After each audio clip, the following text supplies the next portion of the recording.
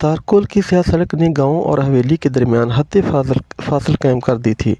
یہ سردار شاہ دین کی حویلی اور نور نگر الگ الگ دکھائی پڑتے تھے۔ سڑک کے دائیں جانب آبادی والے گاؤں میں زندگی کی جدید سہولتیں میسر آنا شروع ہو گئی تھیں۔ سڑک کے بائیں جانب کافی آگے جا کر حویلی تھی۔ تارکول کی بڑی ساری سڑک تقریباً 1.5 فرلانگ فاصلہ طے کر کے حویلی تک پہنچاتی تھی۔ 8 ایکڑ رقبے پر حویلی کی چاردیواری تھی، جبکہ رہائشی حصہ 4 ایکڑ پر تھا، جس کے ارد گرد سبز قطعات، باغ اور ملازمین کے رہائشی کوارٹر تھے۔ ایک طرف استبل تھا، جو اب جدید ماڈل کی گاڑیوں کا گراج بن چکا تھا۔ میں نے درمیانی سڑک سے حویلی والی سڑک پر بائیک موڑی تو سفید پینٹ کی ہوئی حویلی مجھے دھوپ میں چمکتی ہوئی دکھائی دی۔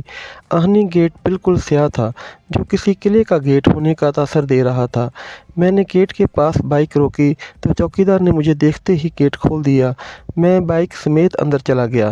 حویلی کے عقب میں سبز لان کے ایک کونے میں بڑی ساری چھتری تلے سردار شاہ دین کے ساتھ شاہ زیب بیٹھا ہوا تھا۔ ان کے سامنے دھری میز پر چائے کے نفیس برتن تھے۔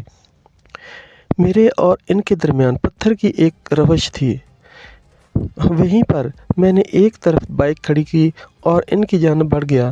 وہ دونوں بڑے غور سے میری طرف دیکھ رہے تھے، جس سے نہ جانے مجھے کیوں یہ احساس ہوا کہ وہ میرے منتظر تھے۔ میں نے قریب جا کر سلام کیا اور بڑے مؤدب انداز میں کھڑا ہو گیا۔ تب سردار شاہ دین نے میرے سلام کا جواب دیتے ہوئے نرم لہجے میں کہا، بیٹھو۔ اس کا اشارہ قریب رکھی کرسیوں میں سے ایک کی طرف تھا، جو مجھ سے 2 فٹ کے فاصلے پر رکھی ہوئی تھیں۔ ایسا پہلے کبھی نہیں ہوا تھا کہ سردار مجھے اپنے برابر بیٹھنے کے لیے کہے، اس لیے میں نے بڑے مؤدب انداز میں کہا، نہیں سردار جی، میں ایسے ہی ٹھیک ہوں، آپ حکم کریں۔ جب میں تمہیں کرسی پر بیٹھنے کے لیے کہہ رہا ہوں تو بیٹھ جاؤ، اس نے قدرے الجھتے ہوئے کہا۔ سردار جی، اس کرسی پر بیٹھنا بہت آسان ہے، مگر بیٹھ کر اٹھنا بہت مشکل ہے۔ وہ تھوڑی دیر جو میں اس کرسی پر گزاروں گا، اس کی لذت میرا دماغ خراب کر دے گی۔ میں ایسے ہی ٹھیک ہوں، میں نے اسی ادب کے ساتھ کہا تو وہ مسکراتے ہوئے خوشگوار لہجے میں بولا، جمال، میں جانتا ہوں کہ وقت نے تجھے ڈھال کر تلوار بنا دیا ہے۔ تم چمک بھی گئے ہو، لیکن ابھی تیز دھار ہونے میں تمہیں کچھ وقت لگے گا۔ میں جانتا ہوں سردار جی، جہاں تلوار بن گیا ہوں، وہاں دھار لگنے میں اب کتنا وقت لگے گا۔ خیر، آپ حکم کیجیے۔ میں نے اپنے لہجے کو باادب میں ہی رکھنے کی بھرپور کوشش کی تھی۔ وہ چند لمحوں بعد بولا، یہ تو تمہیں معلوم ہے نا جمال کہ میں نے ہمیشہ فنکاروں کی قدر کی ہے۔ نٹ بازوں سے لے کر تیرے جیسے ماہر نشانہ بازوں تک نے اس حویلی سے ہمیشہ قدر پائی ہے۔ رات میلے والا معاملہ سن کر مجھے بہت خوشی ہوئی کہ میرے گاؤں کا لڑکا بھی اتنا بڑا فنکار ہے۔ یہ کہہ کر اس نے جیکٹ کی جیب میں ہاتھ ڈالا اور 500 روپے والے نوٹوں کی ایک گڈی میز پر برتنوں کے ساتھ رکھ دی۔ یہ لو، یہ تمہارا انعام ہے، اٹھا لو۔ اس کے یوں کہنے پر میرے اندر ایک بگولا اٹھا، جس سے مجھے توہین کا احساس ہوا۔ میں انعام اور معاوضے کے درمیان فرق کو سمجھتا تھا، لیکن سامنے پڑی ہوئی نوٹوں کی گڈی نہ انعام اور نہ معاوضہ، یہ وہ چاہ رہا تھا جو کسی کو ذہنی غلام بنانے کے لیے ڈالا جاتا ہے۔ میں سردار شاہ دین کو اچھی طرح جانتا تھا، اس لیے خود پر قابو پاتے ہوئے بولا، سردار جی، اتنی بڑی رقم نہیں، یہ اتنی بڑی رقم نہیں ہے۔ تمہارے شایان شان تو اس سے بھی زیادہ ہونی چاہیے۔ یہ گڈی اٹھا کر جیب میں ڈالو، پھر میں تم سے کچھ کہوں جو میں نے تمہارے بارے میں سوچا ہے۔ وہ بہت کایاں تھا، قدم بے قدم آگے بڑھنا چاہتا تھا۔ میرا رد عمل ہی اسے آگے بڑھنے میں مدد دیتا۔ اس سے میں نے اندازہ لگا لیا کہ ضرور کوئی ڈیل کرنا چاہتا ہے، ورنہ میرے جیسے بے اوقات بندے کے لیے تو اس کے پاس سوچنے کی بھی فرصت نہیں تھی۔